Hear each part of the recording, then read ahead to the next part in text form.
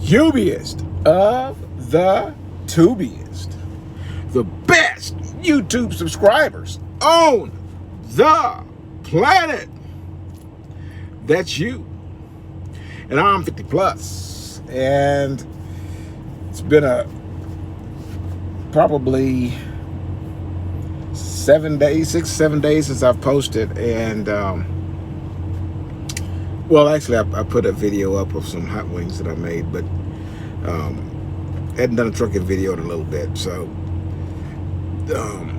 figured I'd update you guys. Right now I am headed to Hot Spring, Arkansas, and I had a few things going on, so I was not really in the mood to make video, but I want to make this one. You guys know on weekends I do regional, so I'm home on the weekends, okay? And I hope you guys can hear me real well. There's a reefer next to me, and he must got the muffler off of that sucker. It's early, so I don't think he's gonna stay, but good gosh, it's loud. And generally reefers really are not bad. People say, well, I don't want to sleep next to a reefer, it's gonna make a bunch of noise, and I used to think that also, but really you don't hear them. But anyways, that last weekend, but the weekend before, on that Friday, I picked up about 120 miles northeast of Houston, and it was going to Little Rock, Arkansas.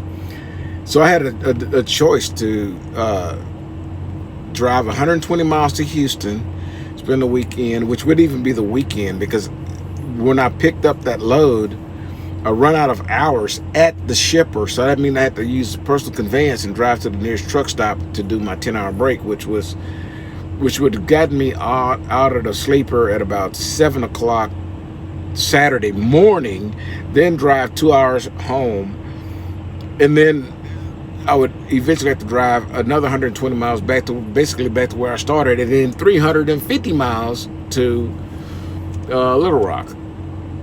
So that meant I would only be home about 12 hours at the most. So I decided to not do that. I mean, that's 240 miles. If I went 240 miles toward the load, hell, I would only be 110 miles from the final.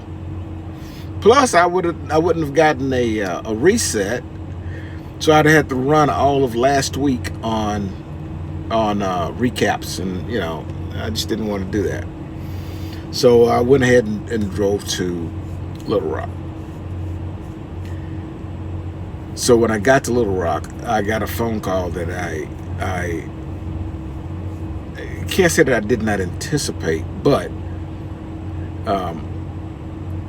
I was hoping that I wasn't gonna get that phone call, but I did, and I should have been home for it, but I wasn't, and it just made for a pretty crappy weekend. But Monday morning, before I took off, I sent a message to my driver leader and told her, hey, look, I need to get home, and I need to get home like now. I got a problem. I got to get home. So I went I was only like 30 miles from my shipper, from the customer, and I drove to the customer. I dropped off that load, and when I dropped off that load, as soon as I send my empty call, immediately I got a load. That load went from Little Rock to Richmond, Texas. So basically about 45-50 miles past Houston. So I was able to leave there, drive straight to Richmond, drop that load off, and go home. So Melton made sure that I got home, and it was I needed to get there, And it was, I mean, I told him what the problem was. And there was zero hesitation. In fact, the load that I picked up, I could be mistaken, but it looked like the way I received it, and the verbiage in the message, that was a broker load, which meant Melton went out, found a broker load to make sure that I got right back home. Now, I'm pretty sure there's a whole lot of other trucking companies that would do that, you know. But they did. And I needed to get home last weekend to start making arrangements and stuff. And they made sure that I got there early on Friday. So I could have made it Thursday night, but I got there Friday morning at about 6 o'clock in the morning Friday. So I had all day Friday to handle the business. And then I have to go for the final the funeral stuff this weekend, and they're gonna make that happen. So you know, I'm glad they did that for me, you know, with no hesitation. That speaks volumes to me. So I thought I would share that little information with you guys. If you're looking for someplace that that give a shit, then you might want to give Melton a call. I do have a link in my in the body of this email, in this video. Just click the description thing and it drops down, and then you'll see it. Just click that little deal and somebody will get in contact with you. You just and one thing I do like about that link is you don't have to fill out an application. All you have to do is put contact information in, then they reach out to you, and then you can quiz them. You know, I made a video about some questions to ask a recruiter when they call you to kind of help you choose the right company for you. And I might need to do another one, but you know, I think you can go back through the videos and find that. Get that information, write stuff down, write the questions down, and then any other questions that you might have, write all that stuff down, have it in front of you, write it down, have it in front of you. I don't care who you call, okay? But have all that information down. It's that way you can ask the questions, write their response down, and then you can weigh their responses against other companies until you pick the right one for you.